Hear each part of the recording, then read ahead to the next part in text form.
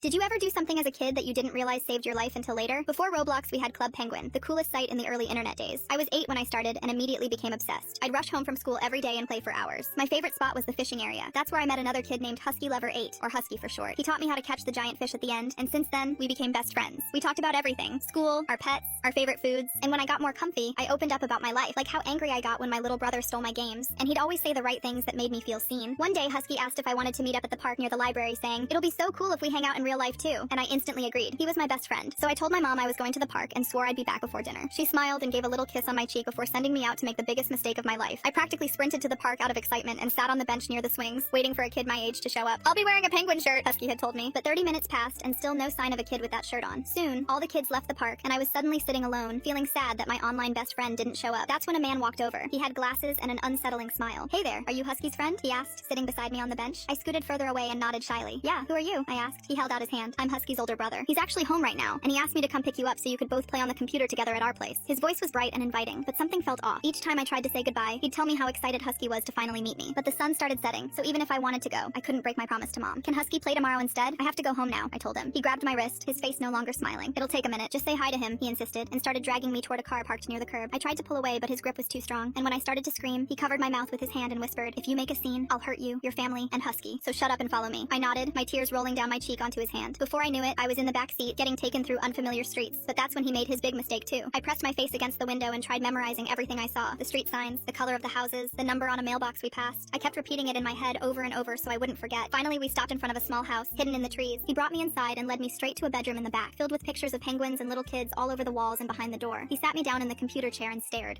Where's Husky?" I asked quietly. He grinned. "Oh, I'm sorry for lying. I'm actually your best friend, Husky. I just really wanted to hang out with you because you're my favorite person. Please don't be scared," he said. I felt my throat close up. He frowned when he saw me tense up. "Tell you what, you can play on my computer here while I make us some snacks. Be back in a bit." He rubbed my shoulders before stepping out. I sat still for a second and listened to the sound of pans clanking in the kitchen. Then I did the smartest thing I could think of. I went onto a crowded server on Club Penguin and started typing as fast as I could. "A man took me from the park. Send help," I said. Then I gave all the details: street names, mailbox numbers, color of car and house, my full name, everything. People thought I was trolling. Someone even said, "LOL, nice try," and waddled away. But I kept typing. I went to every room in the game and repeated the same message over and over. I just needed one person to take it seriously. And it happened. One kid finally stopped and asked if I was being serious. When I typed yes, he told me to wait while he went to get his mom. I don't remember how long I sat there typing while I cried, but before the kid could come back, Husky entered the room and saw what I'd been up to. He grabbed my arm and yanked me out of the chair. "Why? Why did you do that?" he screamed. He tried dragging toward the back door, telling me we were leaving forever. This time I fought back, grabbing onto anything I could: a door frame, a shelf, anything to slow him down. Then I heard it. Sirens. The front door burst open and suddenly there were officers everywhere. One of them pulled me away from him. Another put him on the ground. The kid who showed their mom saved my life. That mom had called the police in my area and gave them everything I typed. I never found out who they were. I never got to thank them, because after that night, I never logged into Club Penguin again.